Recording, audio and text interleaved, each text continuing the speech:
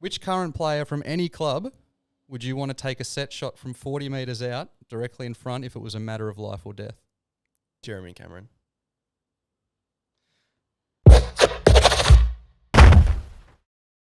Well, firstly, mate, thanks for making the time to come down and have a chat. I was going to start it off by saying we were here a few months ago in Perth, 40-degree day, tin shed, and you're recording a TV commercial for us in a suit, if I remember. Suit jacket. It's pretty hot, and you did at least a good, 20, 30 takes? Yeah, we're talking. Which 20, 30. Which was tough in that heat. So I guess the first question was how was that experience for you? Yeah, it'd probably be up there for one of the hot experiences I've had.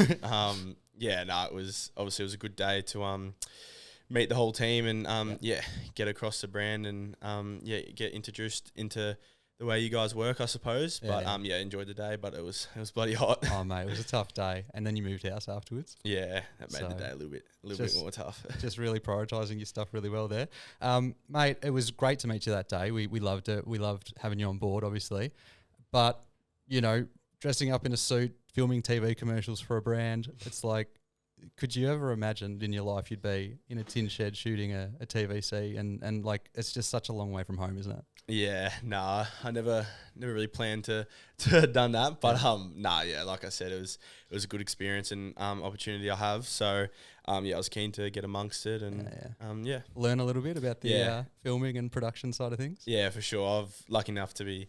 I would have done a lot of that in my time too, but again, haven't really done too many in a 60-degree heat shed. Yeah, I reckon. But I enjoyed it and it was a great opportunity. You actually did really well in front of the camera, but I think you did. Yeah. Oh. But was it something that like as a kid growing up you thought, I wouldn't mind being in lights, wouldn't mind doing stuff like this, or did you just have no idea this would be your path? Yeah, to an extent. I did not think that was going to be my path at all. Yeah.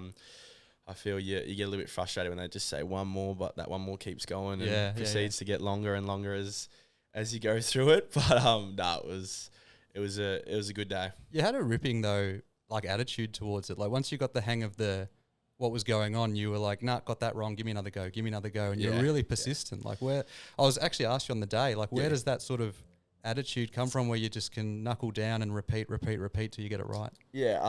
I think for me, I like to try and nail it, I guess, as many takes as it gets. I want it as best as it possibly can, I guess. Yeah. And I guess again that probably carries on to the football field and the life I live, I think. Yeah, for sure. Have you always been like that? Like were you like that as a kid, like really persistent? I would say with some things, but I can say I probably am a bit lazy with some other things too. But again, that was something that I wanted to nail and obviously do the best possible to get the brand out there. Yeah. Well, mate, you did a great job, and like I said to you before we started having a chat today, like I really did want to sit down and just get to know you a little bit and let our audience and our the fans, I guess, get to hear a little bit about Harley and your life and stuff. So take me back, mate. Like I know that you grew up in Tongala, country Vic. Yep. It's a long way from Perth. It's a long way from the big AFL lights. What was it like growing up there? Like, tell me a little bit about growing up in that country town. Yeah. So obviously, I was lucky enough to grow up in a small rural community called Tongala. Yep. For me, I think it's probably created the identity that I have today. Yep. Again, it was a real like community town. Football and netball was everything down there, and it was something that I grew up watching my dad play, cousins, family, friends throughout my whole life until basically I got shipped over here, which which was great. But again, I was lucky enough to do all my primary school at Tongala and headed up to Echuca, which isn't too far from Tongala, which is about 15 to 20 minutes. Yep. So I did high school all the way up to year 12 there, and like I said, footy was everything, and it's kind of what we live for down there, and it was a great family town which I highly enjoyed, and wouldn't change. Yeah, awesome. So I was going to ask you like whether sport was a big part of the town and whatnot, because what is it, like only 2,000, 3,000 people? Yeah, probably about that. And obviously all sports crazy. Yeah.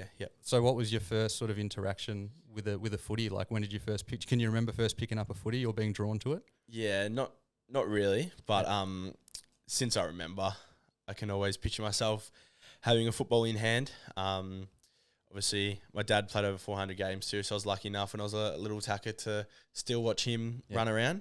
But again, I think it was always something that brought a shine to me, and again, I think that's probably where I am today with that rural community building me to who I am. So it sounds like part of obviously playing footy as well was like being part of the footy club, being part of the the atmosphere there, because for sure they can be really cool, those country atmospheres growing up.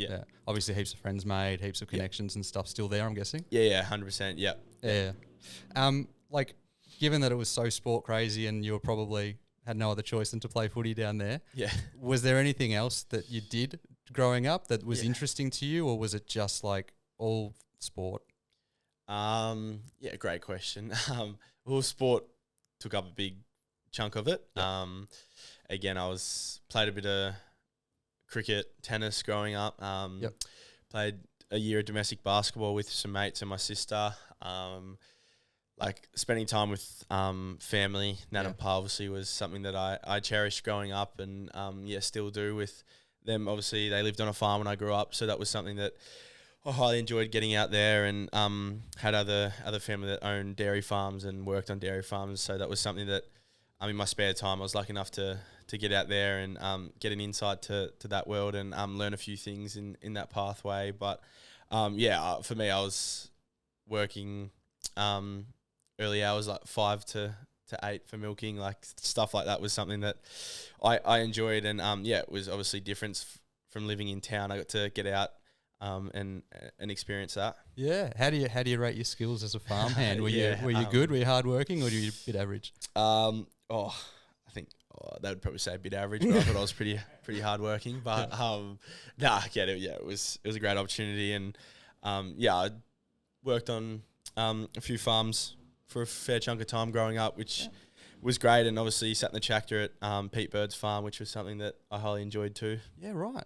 Did you, being on the farm with all the animals and stuff, was there any dicey things that happened when you were a kid out there, or was it all mainly some nice milking, shearing, all that sort of nice stuff?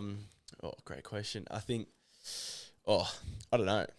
There's probably a few, but I don't know. Nothing that comes to mind straight up. No preparing your own food type setup? You were kept away from that? I kept away from that. Yeah, nice. Well, with the farming and the sport, like one of the questions I had for you was if AFL didn't exist, if it wasn't a job, what do you reckon you'd do for a living? There's a few things I'd like to say, but I don't think I would get into that pathway.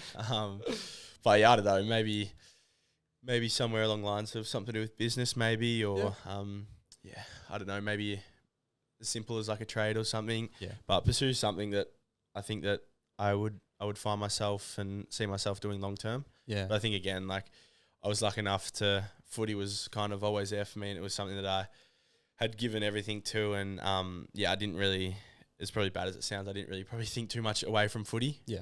But I tried. I was lucky enough to do year 12 and get through year 12, so that was something that I kind of wanted to sit down and reach before anything else. But yeah, that gives you a few options at least, doesn't it? You never know. I'm guessing as a kid growing up, you had a fair bit of natural ability when you started. I know you won't say that because you're probably really humble, but to make it to where you are, you obviously have a bit of talent to start off with and then work really hard on it. So, I mean, I guess the question is, we always talk about, you hear it a lot, Harley's incredible talent, generational talent. Yeah. You hear all the statements that fly around, but talent for me is what is it? Like there's obviously a lot that goes into it. Like what's your take on the split for you as an athlete between what you have naturally and what's come to you through a lot of hard work? Yeah, it's a great question. I think a lot of people have different perspectives on talent, I guess, and what it means and whatnot. But I think for me, I was always said to myself was kind of, if you're confident and you've done the work, I think the talent will take over. So I think it leads back to doing the work and doing what best sets yourself to go out there and execute your role or execute what you want to execute. But I think that was something that I obviously took throughout my whole footy career, and obviously coming into an elite environment was probably, if I'm confident I've done the work, but confident in my mind that my talent will take over and my footy will do the talking. Yeah. But that was kind of something. But again, like you see so much headlines and obviously stuff I had to go through last year. It's I guess it's pretty pretty draining, I guess, to an extent. But I don't know. I think there's just little things you got to kind of tweak and realize that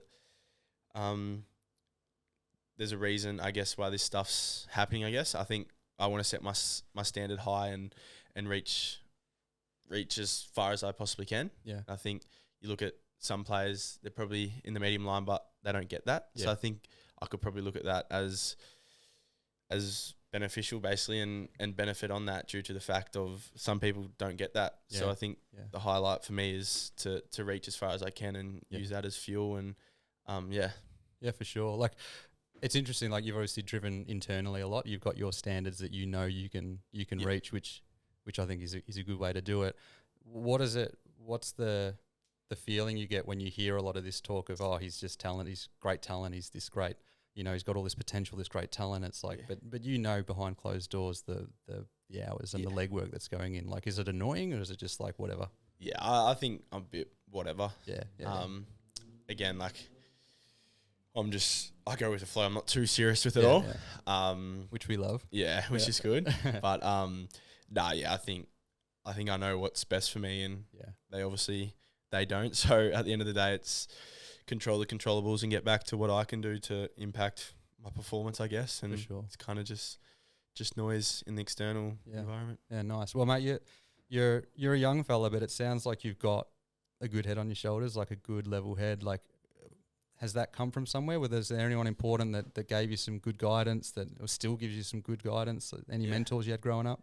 I think obviously throughout my whole career, there's been some great mentors that have filtered through my career and my life, and obviously starts with my family from back home, and then obviously friends and family all around. But I think the moment where I started, I kind of always told myself, don't forget where you come from, and just be true to yourself and keep your circle pretty tight. So that was kind of something that I valued very, very highly. But it was something I just try to be consistent with throughout my whole career. Yeah, nice. Well, mate, as I said, the couple of chats we've had, you're real level-headed and you seem to have a good grasp on that. So you got some good info in there. Well, I want to go back a bit, like coming through, obviously, the underages and whatnot. Yep. Performed really well. A lot of hype. Yeah. Still a lot of hype, but definitely a lot of hype coming through. While that was happening and you probably know you're on the path to the AFL, was all that talk around you, around the draft and all that stuff, was that something that you embraced, or was it something that was getting in the way, or how did you deal with that? Yeah. Again, great question. I think back then I was just taking day by day, that good old cliche. But I think I just look back at it and it's gone so quick. And I guess I was lucky enough to, you say lucky, but I was able to be introduced to that pretty early in my footy career. So I think I've been able to learn and just show a bit of gratitude as I roll through with that external noise and like the stuff that comes with it, I guess. But again, like you look back at it and I haven't seen anyone in that position that's dealt with that. Yeah. So again, I think you can go and ask questions about how should I do this, but at the end of the day, I think not everything works for someone. Say whatever you do doesn't probably work for me. Yep. But I think I just look at it like that, and I had to figure out ways for myself to get through it. But again, I just tried stay away from the footy and away from footy. I would go and pursue and do my hard work and try to get it done. But away from it, I was kind of just tried not to think about it and just get on with my day-to-day life and just live my normal life back home. Yeah, nice. It was a crazy time, I'm guessing. Like it was so much in the media, so much spoken about you, and even the lead up to the draft where obviously North Melbourne and West Coast were there battling it out for the last spot essentially, which was just wild. Yeah. There was a lot of talk about, Harley's from Victoria, will he stay home, will he go? You would define, I think, and you can correct me if I'm wrong in saying that I'll just play with whoever takes me, which I think is a pretty cool attitude. Yeah, for sure. I look at it like, honestly, man, you play footy's what the average career of an AFL player is like 3 years. Yeah. But you look at it and there's people that play 10 to 15 years, but you look at that period in your lifetime, it's obviously very honourable and privileged to be in that position. But again, it's you live for, hopefully, however long you live for, it's what, 15 years of your life. Yeah. That's maybe in another state. Hopefully, and some. Yeah, exactly, for the lucky ones that get there. But again, like, you never know when your time's up for your footy journey. So I think wherever it takes you is obviously the journey and experience and the outcome will lead. Yeah, for sure. Well, you know, you get taken number one. It's a big whirlwind. You go to West Coast. You go to Perth. It's a long way from Tongala, from Country Vic, geographically and also in many other ways as well. Like, can you tell me a little bit about that transition? Was it scary? Was it hard? Like what happened there?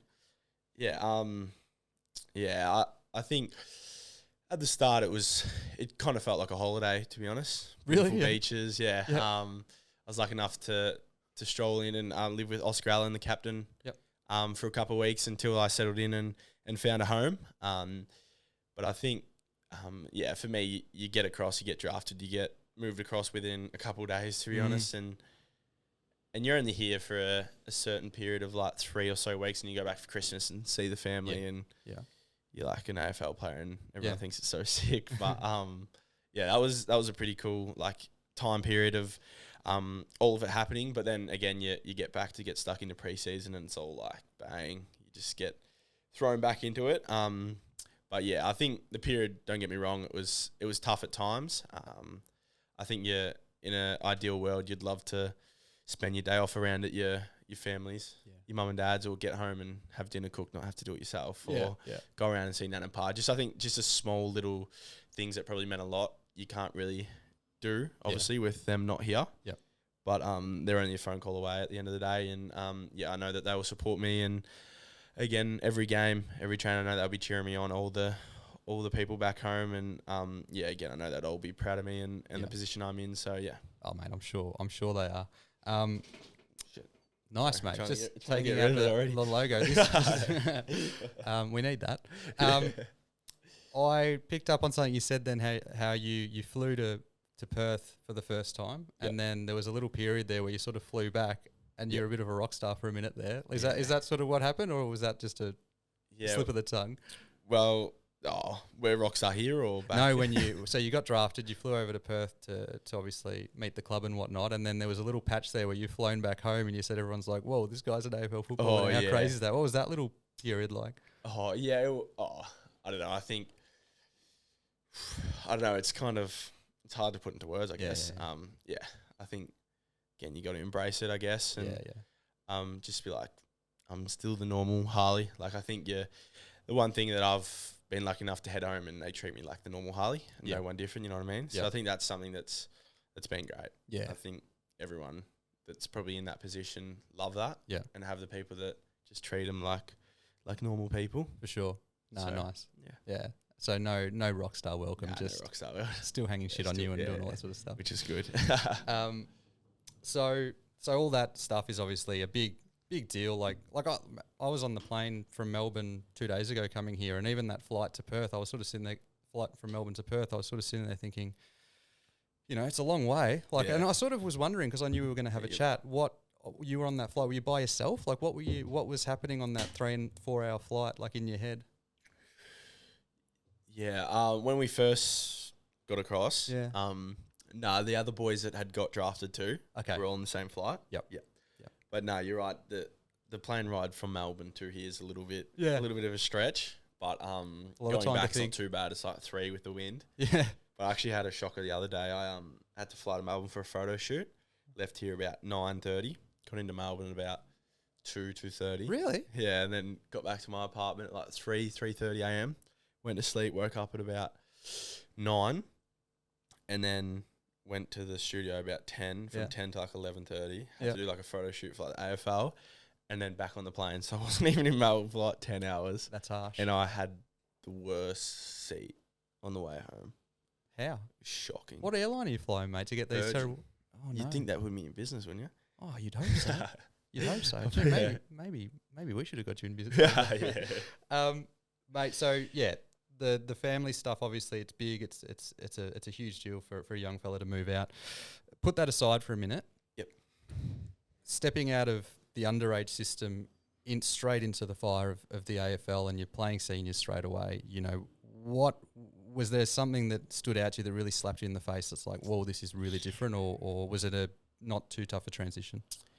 Yeah, it's a good question. I think I look back at it, and I still to this day, I was lucky enough to play underage in a lot of my junior footy career.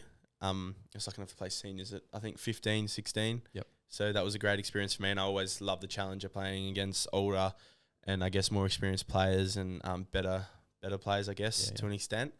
I played under 14s before I did under 12, so that was a pretty cool, memorable moment. Yep. And then obviously lucky enough to, I used to back up and play 14s, play 3/4 of 14s, and then roll in and play 17s straight after one another. So that was pretty good. I did that for a period of time back in the day. Yep. But again, I think for me, like coming into the AFL environment before I'd played my first game, the one thing that I kind of used to keep telling myself and keep telling myself is the game doesn't know how old you are. So that was kind of something that motivated me to take my step forward and just identify myself now and not wait and kind of just go out there and do my thing and be confident. Yeah. So 14s when you were 12. Yeah. How did you go? Did you get monstered or were you all right? No, I was actually. You want to really know what? Yeah, please. Rolled out and kicked 6. But we'll leave it there. All right. Mum wasn't too happy because I was meant to be doing boundary umpiring. Yep. And she had left, and then have gone to do whatever, and they'd come back and been told that I was playing, not doing the boundary, and it's about half time and I'd already kicked 6, so called it quits. Oh, so you stopped after you kicked 6 quarters? I reckon I played 4 quarters, but if we say 2 quarters sounds a little bit better. Oh, mate. So you're already there. So I started a new job at Optimum before actually we'd signed you. So I remember actually sitting in the boardroom having my interview, and they said, "Oh, listen, we're about to sign Harley Reid," and I said, "Oh, I better get this job." So, like that's a handy athlete. Is that rumour true? That's a Yeah, I heard about that. There you go. So we're about to get Harley Reid on the roster. I thought, oh, gee, probably should get this job now. It's a pretty handy person to have on the roster. But I started there in October, and Last year, yeah. Oh, nice. And I sort of try to give myself with jobs about 6 months to try and figure out what's going on before I assess it and think I'm a failure or whatnot. How did you go settling in to the Eagles? How long did you give yourself a bit of time? Are you settled in now? Like it's still your second year only. Like it's I think now I would say I'm pretty settled. Yep. I've moved 3 houses in about a year, so it says a bit. But I'm comfortable here now, and I think going in the club each day, like I just feel free, and obviously with the boys too, having a year under my belt with them, and obviously know how I operate, and I know how all the boys operate too. So I think once you find that balance and unity between both on and off field, I think that's when you can kind of feel that feeling of settling in, I guess. Like, obviously you got a life away from footy, and probably early days you're just flat out footy, trying to work a lot of things out. And haven't got too much going outside of footy. But I think now being able to come home and got other things to do, and instead of just thinking about footy and footy and just long days. But in your first year, you're kind of rolling in, getting home from training. For some reason, as soon as you hit the pillow, you're gone. Like it was pretty tiring, but now you start to adapt and find little things and outlets to keep you going. Yeah, nice. And I was probably a question for a bit later, but I was actually going to ask, footy is okay, but would you prefer to have that bit of balance, find something else? Yeah, for sure. I think a lot of the boys, if they were footy would just blow up, and it's very emotionally draining, I guess, to an extent. And I think if you have something outside, just keeps you rolling and gets you away from the footy world. So something you do have outside, I know, is you've just moved house and you've got a little pup. Yeah, I was lucky enough to have a little puppy. His name's Wally. Wally? Yeah, he's a king. But he's been something too that gets me out early hours of the morning to go take him for a walk. Take him for a walk in the Arvo, and take him to the beach. Like, list goes on with that, and that was something else. It's been great. Yeah, nice. And settled into the new place as well. Yeah, settled into the new place, which has been great, and got a little pool. So it's nice. Beautiful. Well, we already spoke about this off air, but the reason I just wanted to set you up for this question, really, how's the cooking going? Great question. Pretty good, I'd say. Wow. Yeah, okay. I'm pretty happy. I'm lucky I don't know enough why I'm shocked by that, but we're lucky enough to get some great produce from the Herdsman Market. You heard of them? No, I think good plug though. Yeah, Herdsman Market. True. The Herdsman Market. Yep. They lucky enough to give me some groceries for free of cost. Very nice. Best produce in WA too, I hear. Gee, so between your fresh produce and your supplements, you made just humming. Hey, you don't get a rig like that. Bananas. Exactly. But again, I think my cooking's improved a lot. Okay. I was thrown in the deep end. Yeah. I thought when I'd come across, Mum would come with me, but to cook, but never did. So had to figure that out myself. But again, I think that was something that created me to grow up quicker. Yeah, nice. And So what's the specialty dish? Like let's say Yaz is coming around and she expects you to put on something decent. What are you going with? Or depending on the night and what I've got on the next day. Yeah. But I'd have to say I'm a real like high ribeye type of guy. Yeah, nice. Like roasted veg. Yeah. But can't go wrong. No, you can't. Do you get a medium rare? Yeah. Got it down to a fine art. Yeah, bit of off and on. Yeah, I think I nearly got it down there. Nice. So you mentioned you hope your mum would cook you a few meals and all that sort of stuff. Chop out. Obviously, a long way away. How do you go keeping up with them? How do you go keeping up with friends back home? Like, you regularly just tough? I think it's very tough. I feel due to the fact of like currently now we're 3 hours behind Melbourne. Yeah. Like over east, so it's like when I finish training, they're kind of getting ready for bed type of thing. Yeah, you know what I mean. And then dinner time, like they're asleep. Like the time when you have time under your belt, it's kind of they're off doing something, and then when they're morning time, I'm still asleep type of thing. So it's it's really hard to find that balance and find the right times. But I just try regularly check in when I can and when I've got time under my belt. But nice. Yeah. I was just thinking, like, if you move, obviously you got to make some new friends and whatnot. Footy clubs are obviously a great way to do that. Who are your best mates at the Eagles at the moment? Ooh, great question. No, they're all pretty great. Yeah, don't throw anyone on the bus. Obviously. There's a few I don't like Campbell Chessar. Of course. Yeah. I don't know. Nah, they're all, you do. That's even better. Nah, they're all great. Honestly, they've made the move like as smooth as possible, and made me feel welcome from the get go. So something I like. I love watching my footy, and I watched you play a lot last year, and I saw a couple of games there where you really ignited them. Yep. And it felt like you sort of said, come on, let's go, boys, we can do this. A bit of leadership there. Do you feel like early on there's a bit of that coming through, or are you still very much the young rookie that needs a bit of mentoring, a bit of help? Yeah. I'd like to think that I'm pretty mature on the footy field with that. And again, I think I'd like to, I try using like this year. It's been something that I've tried to communicate a bit more with a bit of leadership on and off the field with voice, I guess, and communicating a lot more in that side of things. But again, I think last year I kind of try to bring leadership within my skills, I guess. Actions. Probably didn't talk too much early days out there, but I think by the back end of the season, I obviously improved a lot in that side of things. But I think there was things that I'd love to try and do and maybe kick goal to enlighten the boys to fire up and get going. And I think I was lucky enough to get the boys to jump on for the ride, and same goes for me to jump on the back of a few of the boys and create a great on-field experience and an environment. Yeah, nice.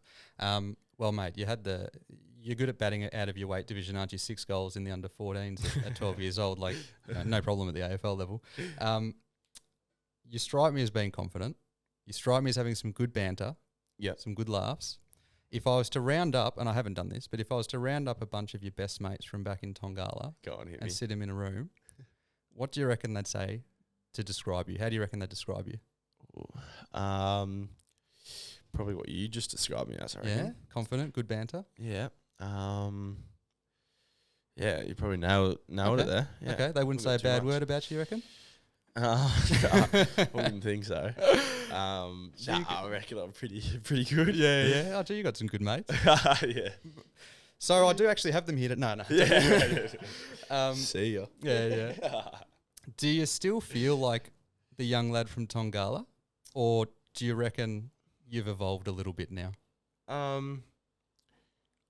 think. I would say I've evolved as a person, and obviously being not living there anymore and living over here. Obviously, I think that I've had to involve myself and grow in other areas and establish another journey of my life and a pathway of my life that not many people get to experience and have that opportunity to live and experience. But again, I think that little tiny side of me is still inside me, and every time I go back there, it plays a big part of me. Yeah, for sure.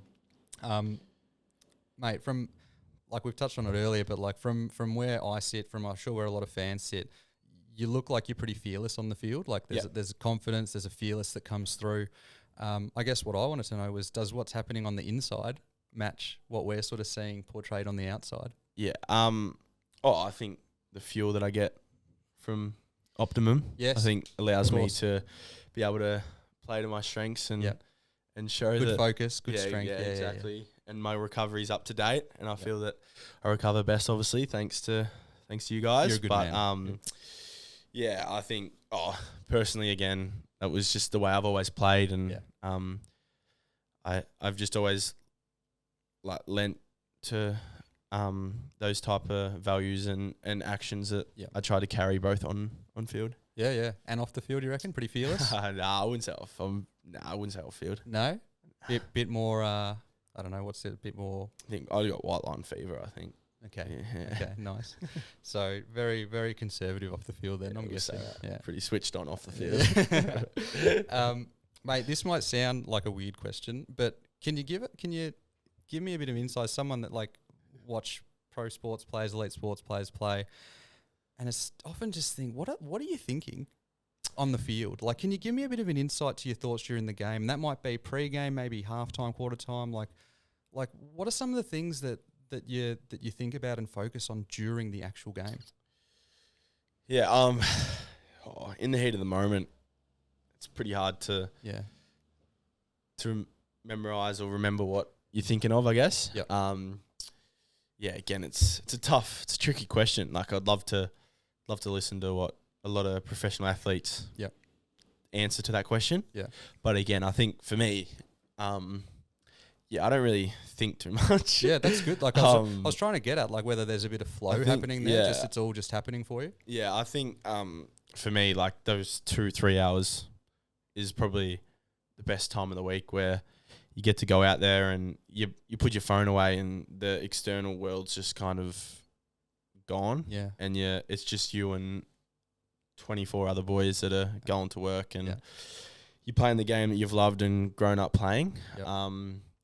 But I couldn't put any words together to say what goes through my head. Yep. Because not much does genuinely. But for me, it's I'll say it's just a breeze and just blank, and it's the best part of the week to go out there and play footy. Yeah. Well, a lot of people talk about like people that play music or people that do art and all that sort like of stuff. Prior to the game or.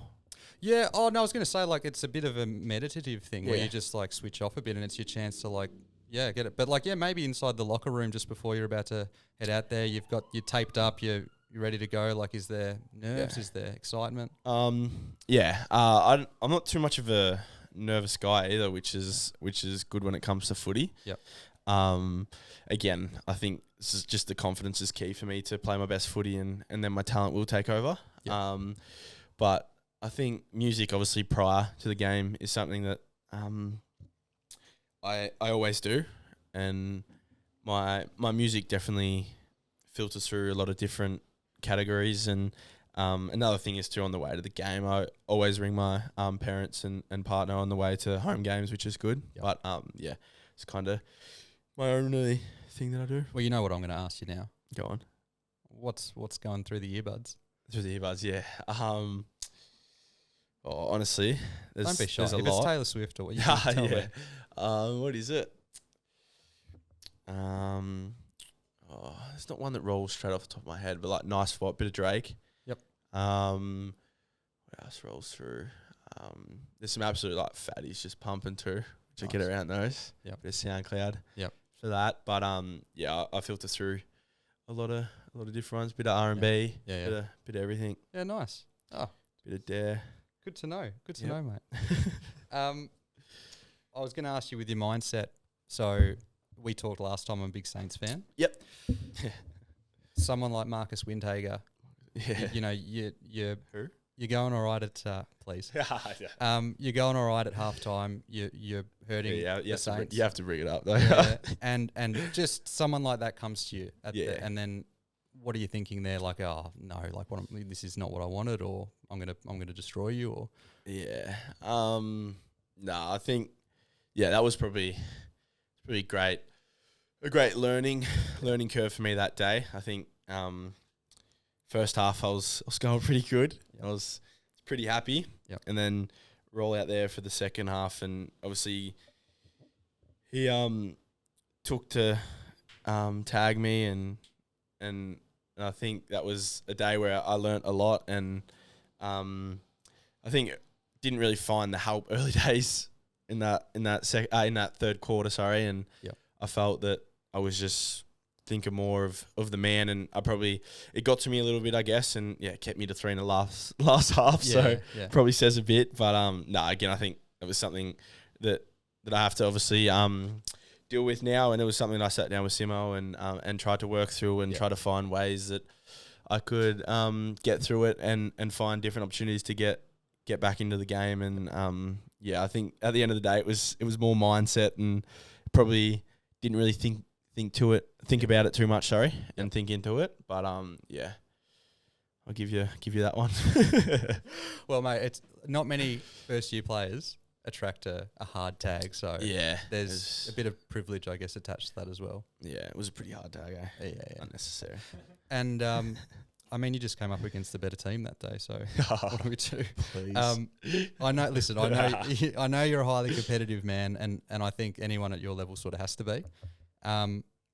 However, when you're the top number 1 draft pick, you generally go to the club that hasn't won a lot of matches. Yeah. And you got to start from the bottom a little bit.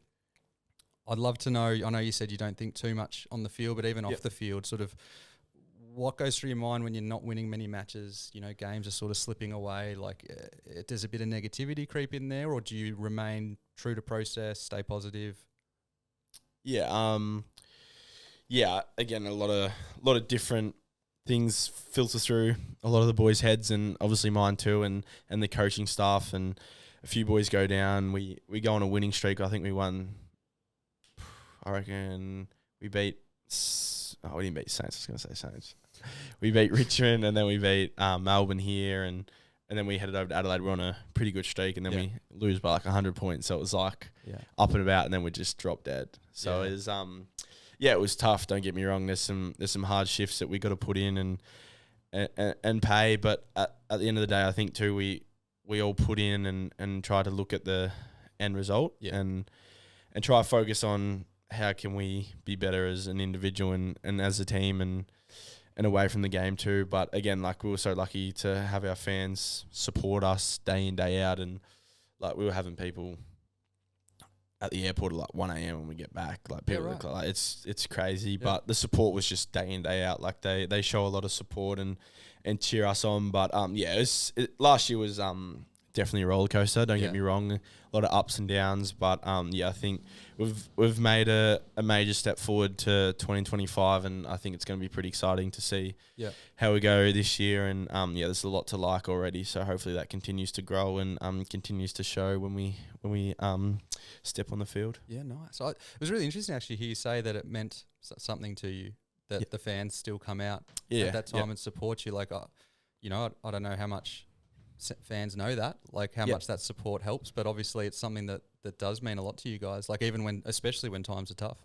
Like I said, the roar at Optus is amazing, and you don't get that at all around the obviously in Melbourne with the big clubs, but again, like, very lucky to have the members and fans that we have, because I think we're up there for one of the top memberships sold. Like, we've got a lot of members, so it's something that holds us in great stead, and that we know that they've been there through the tough times and they have not given in at all. So I think the boys have seen that, obviously, with the losing the wooden, having the wooden spoon a couple of years back. I think they've seen that they've still been able to turn up, and I think there's a lot of good success to come, and I think they're building towards something very great. So I think we're going to be looking very strong soon, and I think their time for the fans and supporters to get amongst it is coming very soon. So I can't wait. Yeah, for sure. You guys are on the up, that's for sure, not on the way back. You spoke to me just then actually about having big highs and lows even throughout a season, throughout probably games even. Yeah, for sure. Do you have any tricks or mental tricks that you sort of use to help manage and flatten those things out, or do you sort of not really get swept up in much highs and lows yourself? I think first year honestly is such like a blur. You kind of just go out there freely and just trying to do your thing and trying to impress. But I think for me it was more, how can I engage with my teammates to keep them rolling and keep the boys up and about. But again, like, don't get me wrong, I would have dropped my head millions of times throughout the year, obviously. And it was hard. Like, me as an individual, I was inconsistent throughout games too, as so a lot of the other boys are, and as we all are, I guess. And that's something that I want to build towards in this new year, to be consistent within quarters and sustain that throughout the whole game. But you drop your head. But some things that to answer your question, it was more for me to just relate back to how can I engage to get back into the game, and maybe my natural and normal game is not working. So maybe if I go forward, like Simo would talk to me, like, obviously, like last game, for example, we played Geelong, we're down by 100 points. We're getting smoked at halftime, and he's like, look, we're going to try something different, put me down forward. Yeah. Like, just things like that, and try to find different ways to get into the game, and use different things to engage myself to get back in the game and not lose concentration and be negative. Yeah. Oh, it's pretty natural, isn't it? Like, you cop some hidings and it's not fun. So. Yeah, for sure. Yeah. Now, mate, we had a chat. I'm a big tennis fan. Yep. There's a doco that I love. I don't know if you've seen it. It's called Strokes of Genius. It's about the Wimbledon final between Federer and Nadal, that one that was that epic five-setter, and it sort of goes through all the ups and downs of that match and talks to the players.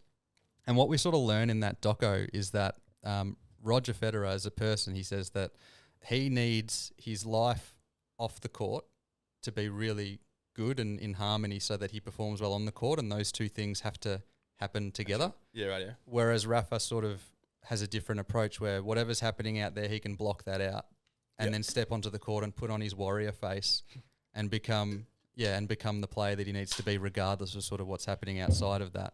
And I was just wondering what sort of person you were like. Do you need harmony in both your personal life and your professional life, or are you able to sort of block out stuff that happens out there when you walk onto the field and have that white line fever, as you said? Yeah, great question. I think it's more just being who I am. I think I love having a laugh on and off the field. Yep. I think something I do out there in the warm-up is feel the boys.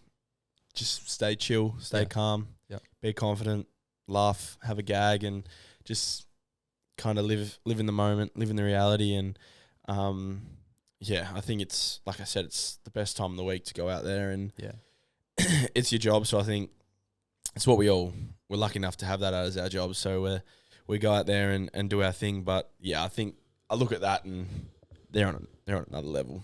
But again, team sports, footy, and I think it's something if we can engage with one another and have a strong unity between the group. I think unity and hard work and all that comes together to play good footy. Because I think if you don't have unity, you might have the best footballers in your team, but if you all aren't connected across the whole group and haven't got that unity between one another, I think you won't be that good. Yeah, so a lot of it does rely on the people around you as well, rather than for them that's very individual sport. Yeah. So obviously that makes me think about how important that culture, that club culture is when it's in a good spot, things can roll, and 100%. I guess it can also go the other way as well. Yeah. Mate, you spoke a little bit earlier about the fans showing up to support you when you know you were struggling a bit, and I was really interested to hear that. There's a lot of opinions though out there, a lot of commentary. You know, if you ever sit in the crowd, you definitely hear a lot of opinions. You do. About what's going on. Yep. What is something that you wish the average fan knew about being an elite AFL footballer that maybe they're not quite aware of, that might just help them understand a little bit more what you're going through? Sure. Probably haven't got time. Yeah, a lot of things. Yeah. I know that when me, just an average Joe, goes and sits, you know, close to the field, we see how hard you guys hit each other. Yeah. The speed at which the ball moves is just unbelievable.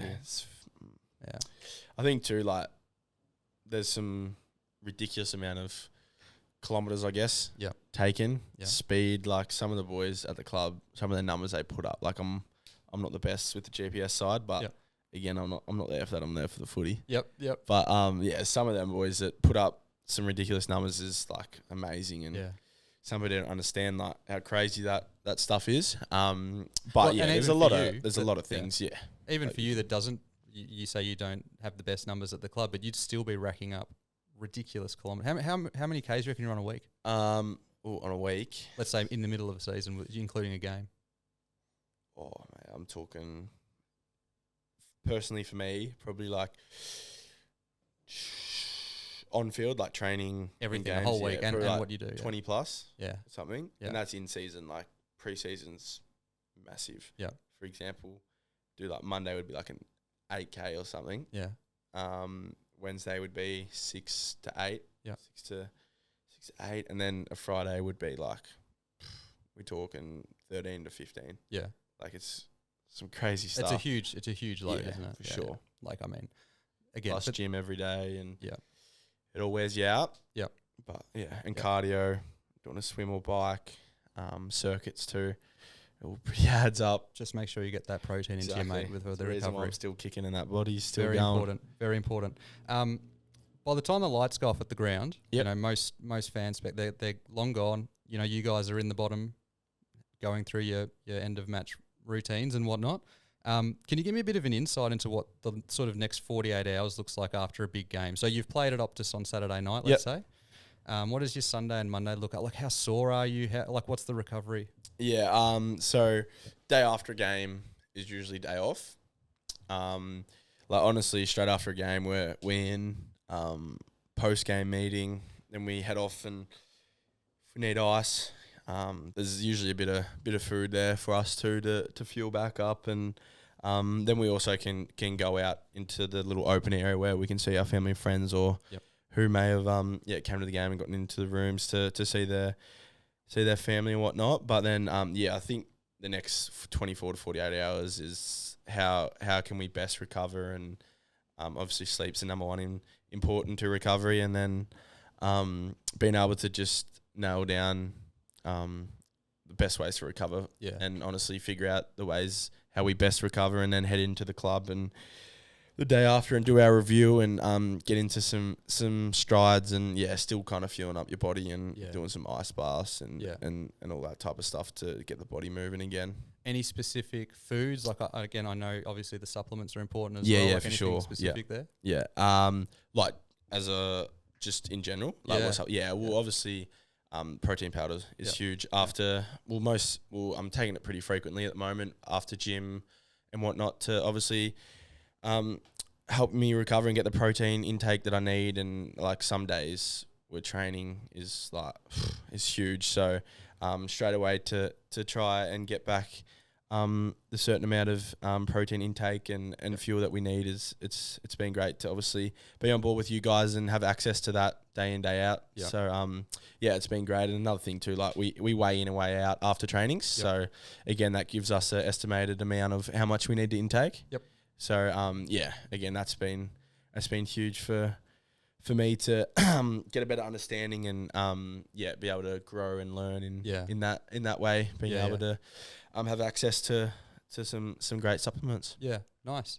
I think another thing people might underestimate is how hard it is to get up every week. It's a big toll on your bodies and whatnot. So talk to me a little bit more about the role that your supplement stack plays. Like I know you take the protein and it's really important to you. You said there's a specific amount of protein. Do you have an idea on what that number is? Or it changes a lot due to depends how much I sweat, depends how much what I've done. But yeah, I couldn't give you an estimated amount, but again, like it changes, it varies, and that's one thing. But again, like there's things we got to take into account of when's best to use it and if that suits me, you know what I mean? Yeah. But yeah, you look into it and there's a lot of things that's I guess you probably didn't value as much as until you learn and be more invited to learn in that environment too. So I think that's been great for me to be able to learn and lean back onto having more interest in my recovery to an extent. I think leaning towards like my draft year or years before that and even coming into the AFL environment, my recovery probably wasn't the best. It was probably a little bit laid back on that. But I think you don't realise how much fuel and the stuff you intake, consume, obviously both food and supplements and all that type of stuff means and how much that actually impacts your body to get up each week. For sure. And again, it's just like another lucky thing to have to make my recovery obviously speed my recovery up. Yeah. You obviously like got the best club nutritionists, doctors and all that stuff at West Coast. You're getting probably some good advice from them. Yeah, for sure. We check in with them probably pretty frequently, I guess. Yep. Across the whole group, and they obviously give you some great advice, and the only person that I guess can do it is yourself. Is putting them actions into place. Energy drinks are great. Yep. They've been something that I smash pretty frequently, but I'm trying to keep the period of when I take them pretty consistent and choose to intake them on the right days. But hydration loving as that. Well, yeah, for sure. And with you said with the shakes, like knowing when to take them is really important. Like, can you give me and everyone out there as well that's looking to compete at a pretty high level, like when do you sort of do it personally? Well, it depends. So if I have a major training day, say we talk about between 10 to 15 Ks, because I never get over about 14. I'll straight off the track, I'll have one. And then if it's kind of like skills day, I'll then go on and do gym and then have one. So yeah, again, it just depends on the load that I've done on that day and whether I've organised to bring my protein in. But yeah, that was, if not, I'll make it when I get home type of thing. But that was something that I've tried to introduce. Obviously now having access to the best supplements possible. So that was something that I've been able to introduce into my footy life really. Yeah, brilliant. That's great. And I was going to ask you, like you're still so young, only 2 years in. So you've just come. People probably don't realise you've just come out of the juniors a little bit. I'd love for you to share maybe some advice for the kids that are now 15, 16 that are on their way to doing what you're doing right now. Do you have any tips or advice around ways that they can prepare their body for what you're going through right now? It's a great question. I think at that age, well, for me, it was more to not take it too serious on field type of thing with your footy. Like, again, you're 15, 16, like the reason why you started playing football is obviously to create great relationships with friends and whatnot, and to enjoy it. Yep. So that's just never take the enjoyment out of footy. Yeah. And that's something that I'm still trying to carry. Like, don't get me wrong, it gets tough. It's your job. Like, it's everyone's job's tough at times. So Yep. yeah, it's more that enjoyment factor, and keep pursuing your dream and keep doing little things to prepare you best for footy, and obviously there's a lot of things you can do, and there's a lot of things you still need to do away from footy. But obviously I think it's just more fueling your body that best prepares you for a game. Make sure you're energized, I guess, and doing what's best for your body. But again, like there's things that I suppose you don't want to take at 15 that we probably take and have to take, I guess, to an extent. But definitely the enjoyment's a massive I one, think that's isn't it? massive. Yeah. Mate, we're into the home stretch here. I'm on my last page, and this is a little bit pages about, long, mate. I prepared well. You got a bit of spare time. Yeah, too much. We had a really good question come through from. I went around the office and said, I'm going to have a chat with Harley. Does anyone have any questions that they'd love to ask him? And one of the more interesting questions that actually came up was one of the most obvious questions, and that is, why did you choose to partner with Optimum Nutrition? Ooh, great question. You didn't even think of this. This was not me. Yeah, right. Nat, well done. That was all you. Well, I think obviously I took a bit of a gamble with not meeting you guys, so that was lucky. But no, again, I think for the position I'm in, an environment I'm in, I think it's been great not just to partner with you guys, but to learn and experience what the best ways outside of the footy club is, how I can best recover and best prepare myself to play at my best. And obviously lucky enough to do a shoot with you guys and meet the team, and you're all obviously great people, and it's been great to meet you, and it's been a short obviously ride so far, but it's been great, and keen to see what holds in the future to come. But sorry, hopefully gonna be a long ride, mate. Then, hopefully we can for sure, and obviously like it's been fun. The content too, it's going to be great, and obviously again it's footy in my life, how best I think it will make me and improve me is both obviously like my recovery and how to best prepare myself, and again, like I said, like I'm learning along the way, which is obviously great. Oh, it's good to hear that you're learning a little bit, and hopefully we can keep helping you out in that space, and keep you going for a long time. Just like there's a bloke that I've written down and highlighted here, the name's Scott Pendlebury. Yep. Who's been doing it for I think it's his 20th season, maybe more this year. Yeah, crazy. It's unbelievable. What do you think when you see that happen? Again, one of the game's greats, obviously, and he's had a super long career, and I think his body's his number one priority too, from what I've seen from afar. Yeah. So I think again, like you look at that, and I think he's been someone that from a distance that he's never taken a step back. Yep. He's always looked for ways to best prepare himself and recover well, obviously, and again, like it's huge, and it's pretty cool to. Can you see yourself playing 20 years? Yeah, tell me that now. Yeah, but it's pretty tough. Yeah, but no, I hope so. That's the end result, and mate, it's crazy, and it's a huge achievement, and Scott Pendlebury's had a major stint in the AFL, and he's done some great things along the way. So it's he's one of the all timers. Pretty impressive. Hopefully we can have another chat in 20 years, and your GPS numbers might actually be all right. I'll stick away from that. Do you reckon with someone like Pendlebury? Again, there's other players that have had that are still in the midst of really long careers. Yep. Do you think there's any factors with him that contribute to the length of the career? Like he plays in a very silky smooth sort of way. Yeah, for him, or just in general, players that make it. The Brent Harveys, your Robert Harveys. Do you think that there's something about them that helps prolong their careers, or do you reckon there's luck? Or great question. I think there'd be a lot of different answers to this question, but I think I've never been able to see the way they go about their career or go about their footy. So if I had to, if I looked at someone at the club now that's still going, that's been around for a fair while,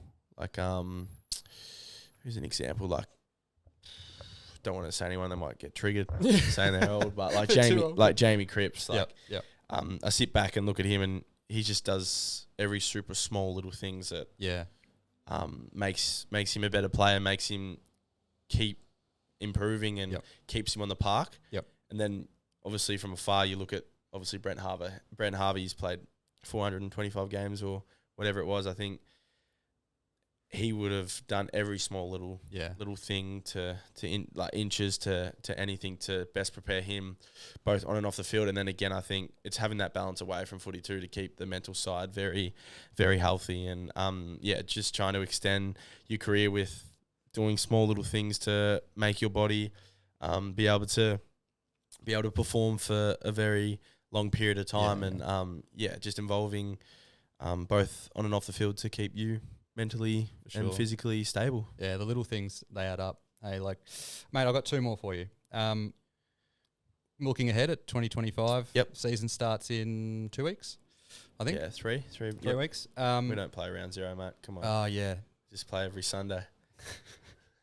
Don't worry, you'll be Thursday, Friday nights in no time. What are your physical focuses for this year? Like, what have you been tasked with improving upon? Yeah, I think now that we have obviously got a new coach over the off season and a few new players that come in, which is great. And I'm super excited to see what they bring, and they've already brought a lot to the club. And for me, I think it's being able to figure out my role and just nail a few things to how I can go back to execute that role. And I think now we're all pretty settled on a new structure and a new game plan, and there's a new way that we're playing, which I feel best suits me as a player and suits a lot of the boys and suits the group we got. So to answer that, it's probably more executing my role and just not going away from the mental side of things, and keep telling myself the key things that keeps me going and keeps me interacted within the game. And just keep taking steps forward from last year. Nailing your role. Yeah, nice. Mate, last one. Last year, you almost broke an AFL record that was set by Dustin Martin. Did you know this? No, I didn't. No, so he set a record in 2017 for the most tackles broken in a season, which no one's got near. You guys obviously have a similar type of game. You've got the similar fend, the don't argue. Yeah. Do you reckon that we didn't send you enough gold standard weight to get you over the line there? If we send you a little bit more, can we get that record broken this year? Yeah, I reckon we can if you send me a little bit more. Okay, we'll organise a really big shipment for you, but I reckon you'll have him covered.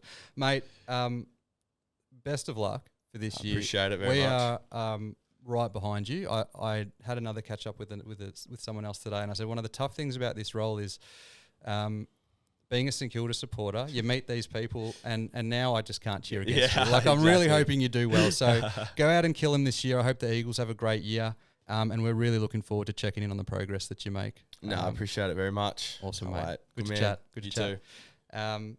Beauty, and that'll do it. But I've actually got. Can you do me a little this or that? 6 questions, quick ones. Yeah. Prime Gary Ablett Jr. or Prime Chris Judd? Oh, Gary Ablett Jr. Geelong. You're a Geelong boy, aren't you? Yeah, gonna have to. Day, night, or twilight grand final? Twilight. Pineapple on pizza? It doesn't bother me. Okay. Which current player from any club would you want to take a set shot from 40 metres out directly in front if it was a matter of life or death? Jeremy Cameron.